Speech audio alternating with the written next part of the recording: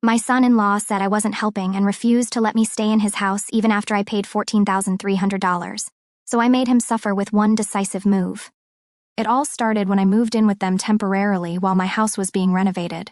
I'm 52, divorced, and for the first time in years I didn't have a place of my own to call home. My daughter Emily and her husband Jack offered to let me stay in their guest room, and I accepted. I was careful not to impose. I cooked, cleaned up after myself, and stayed out of their way. I even opened a joint account with them to cover any extra expenses my stay might have caused, depositing a decent chunk of money each month. It was my way of saying thank you. At first, everything seemed fine. Emily seemed happy to have me there, and I thought Jack was too. But then things started to change. Little comments from Jack turned into full-blown complaints. He complained about how crowded the house felt, or implied that I wasn't contributing enough. At first, I chalked it up to stress or a misunderstanding. I wasn't going to let little things ruin my relationship with my daughter. But the breaking point came when Jack sat me down and told me I wasn't helping enough and that I needed to pull my weight or leave. I was stunned. I had just put another $5,000 into the joint account a week earlier.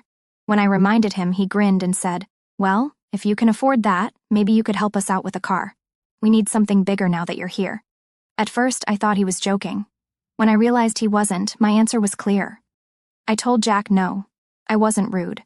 I explained that the money I'd contributed was to cover food, utilities, and any extra household expenses during my stay. A new car? That was a luxury, not a necessity, and certainly not my responsibility. I thought he'd drop it, maybe mutter something under his breath. But instead, he crossed his arms and leaned back, as if he'd been waiting for this. "Well, if you're not willing to step up," he said, "then maybe it's time for you to find someplace else to stay." At first, I thought I'd misheard him. "Excuse me?" I asked, looking at Emily for some kind of reaction. She didn't say a word. She just looked down at her hands, as if she had rehearsed this conversation and knew how it would go. Jack didn't let up. "You've been here for months, and frankly, it's starting to feel like you're taking advantage of us. Emily and I have been talking, and we think it's only fair that if you want to stay, you contribute in some meaningful way. A new car would go a long way toward making this work for everyone." I stared at him in disbelief. A new car? The nerve of him to sit there and act like I owed them anything, let alone something so extravagant. "No," I said flatly. "I'm not buying you a car." Jack grinned as if he'd expected that answer. "Then I think it's time for you to pack up. This isn't working." I turned to Emily, hoping she'd say something, intervene, or at least tell me this wasn't her idea. Instead, she looked away. I realized then that she wasn't going to fight for me, not against him. She was choosing Jack, no matter how unfair or unreasonable he was being. I didn't argue or make a scene. I went to the guest room and started packing my things, my hands shaking as I tried to keep my composure. But before I left the house, I opened my laptop and logged into the joint account I'd set up for them. The balance was exactly what I thought it would be, $14,300. I'd been adding money steadily for months, thinking I was helping them out, showing my gratitude for their hospitality. Hospitality?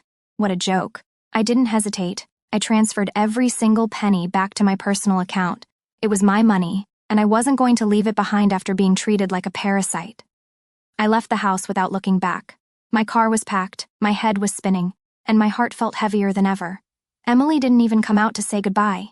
Jack stood in the doorway, with his arms crossed, watching me like he couldn't wait to see my back. As I drove away, I replayed the conversation in my head. Jack had always been a bit selfish, even entitled, but I never imagined he'd go this far. And Emily? Her silence was louder than anything Jack had said.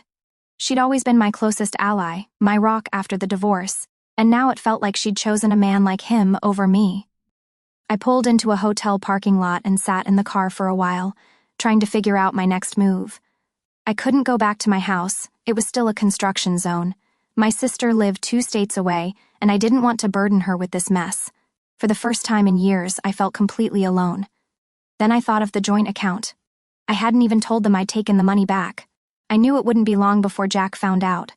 Part of me wondered if he'd try to call me, demand answers, or even have the audacity to ask for the money back.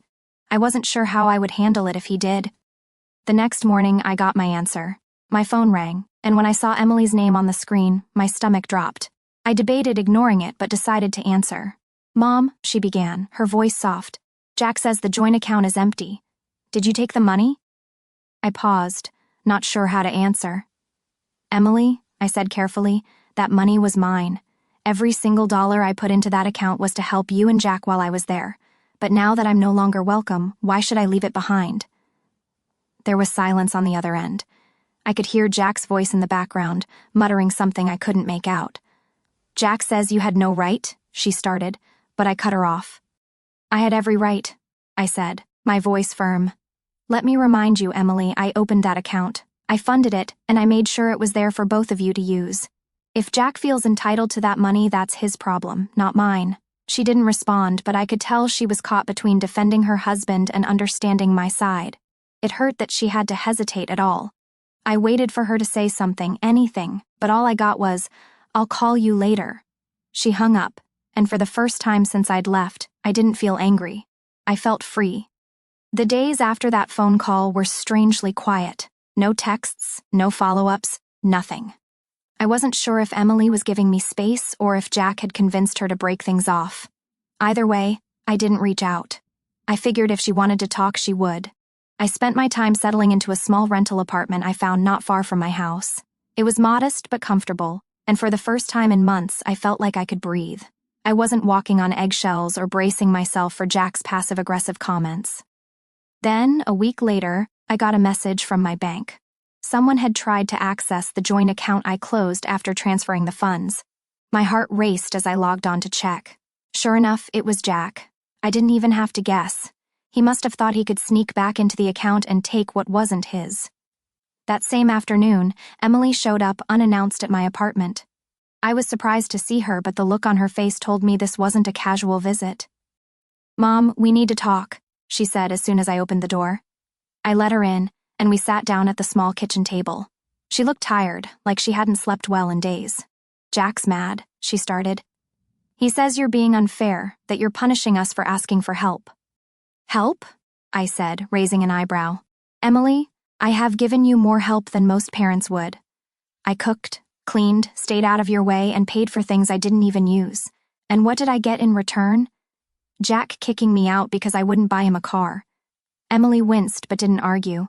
Instead, she sighed and said, "It's not about the money, Mom. It's how you handled it.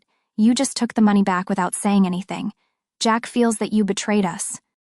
I couldn't help but laugh at the absurdity of it all. "Betrayed you?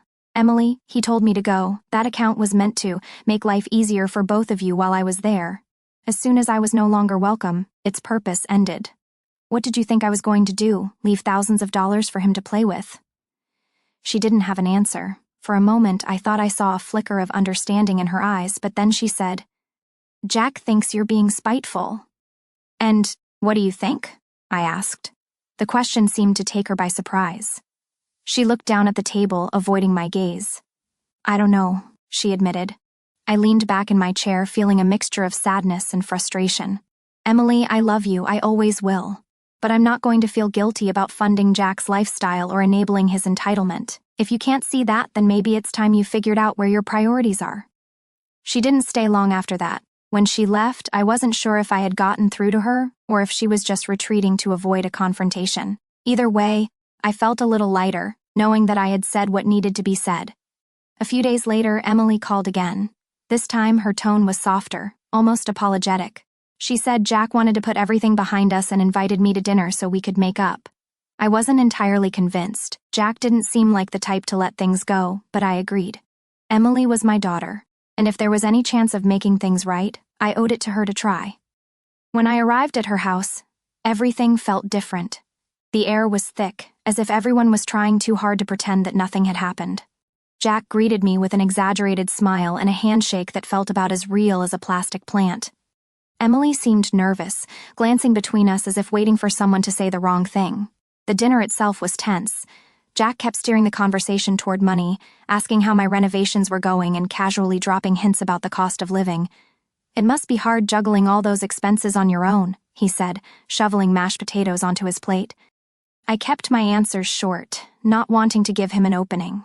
Emily tried to steer the conversation to lighter topics, but Jack wouldn't let up. Finally, as dessert was being served, he leaned back in his chair and said, "You know, we've been thinking a lot about family and how important it is to support each other. We're all adults here, so I'm just going to say it. We could really use a little help right now." There it was. the real reason I'd been invited. I remained silent, waiting for him to elaborate. Our car broke down, he continued. We've been struggling without reliable transportation. Emily and I were talking about it and we thought maybe you could, pitch in. After all, family helps family, right? Emily's face turned red and she looked away, obviously uncomfortable. I could tell she didn't want him to bring it up that way, but she didn't stop him. I put down my fork and took a deep breath. Jack, let me get this straight. You invited me here under the guise of reconciliation just to ask me for money? His fake smile faltered. It's not like that, he said quickly. We really do want to make things right, but we're in a tough spot, and we thought you'd understand. I looked at Emily, hoping she'd say something, anything to defend me, to tell him this wasn't right. But she just stared at her hands, as if she wanted to be somewhere else. I stood up, my appetite completely gone. If you needed help, Jack, the least you could have done was be honest about it. But let me make something very clear. I am not your ATM. I'm done financing your life. Jack stuttered something about me being selfish, but I didn't stay to hear it. I grabbed my bag, looked at Emily one last time, and walked out the door. After that dinner, I didn't hear from them for a while. I threw myself into renovating the house, which was finally nearing completion. The kitchen was being remodeled, the bathrooms were being updated, and the floors were being replaced. It was exhausting but satisfying work, and for the first time in weeks, I felt like I was back on solid ground. Then, out of the blue, Emily called again. She sounded cheerful, almost too cheerful, and started off with small talk about how I was doing and how the renovations were going. I appreciated her effort, even if it felt a little forced. But then she said something that set off alarm bells. Jack and I were thinking about how much you've been working on the house, and we had an idea, she said. I braced myself. What idea? Well, since your house is going to look so amazing when it's done, Jack thought it might be a good idea for you to sell it, downsize. That way you'd have some extra money to help out, maybe even help us get a better place. We could all benefit. I couldn't believe what I was hearing. Sell my house? The house I'd spent years in, the one I was finally fixing up to make my own again so Jack could have a better place? I laughed, not because it was funny, but because it was absurd. Emily, do you hear yourself? Jack wants me to sell my house so I can give you money. Don't you see how ridiculous that is? She hesitated, as if she hadn't thought it through enough to see how bad it sounded. It's not like we're asking you to give everything away, she said, her voice defensive. It's just that we've been struggling, and Jack thought this might be a way for all of us to get ahead. All of us? I said sharply. Or just Jack? Her silence said it all. Emily, I love you, but this is crossing a line. I'm not selling my house. End of discussion. She tried to save the conversation, but I'd had enough. I told her I had to go and hung up, wondering once again how my daughter had ended up with someone so selfish.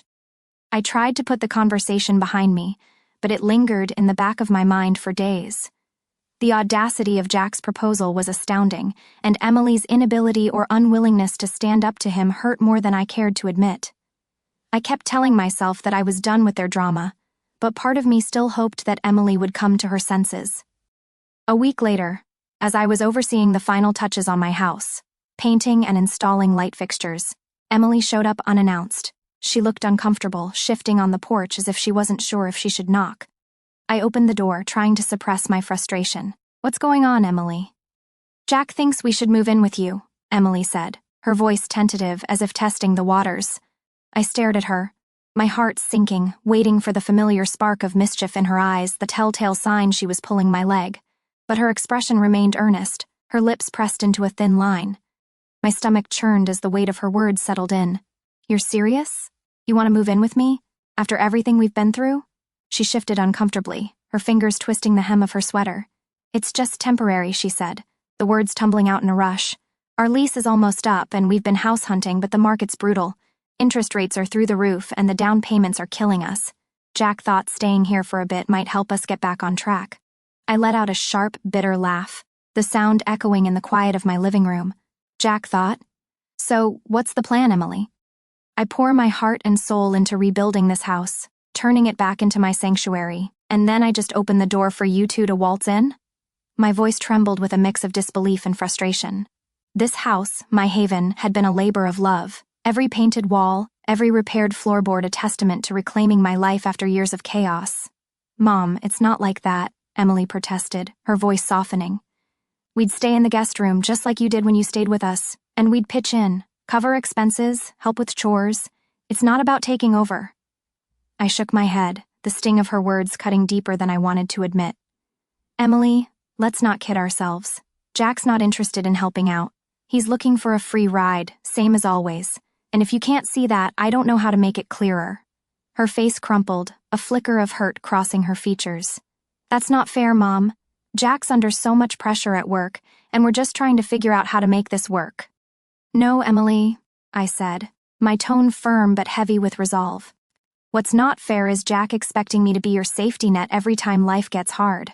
I've bailed you out before, and I've seen how he treats me, like I'm some inconvenience instead of your mother. I'm sorry you're struggling, truly, but you and Jack need to stand on your own 2 feet. She didn't respond, her eyes glistening as she grabbed her bag and headed for the door.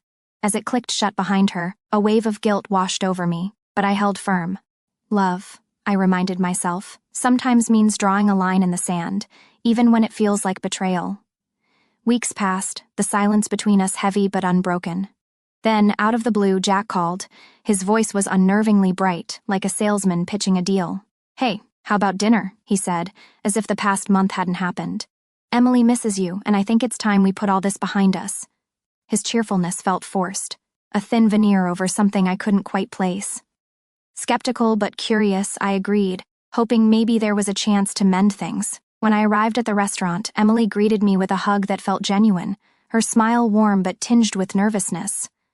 Jack, to my surprise, was all charm, holding out my chair, asking about my day with an ease that felt almost foreign. Over appetizers, we chatted about safe topics, my house renovations, their jobs, a new sci-fi movie everyone was raving about. For a fleeting moment, the tension that had hung over us seemed to dissolve, replaced by a fragile sense of normalcy.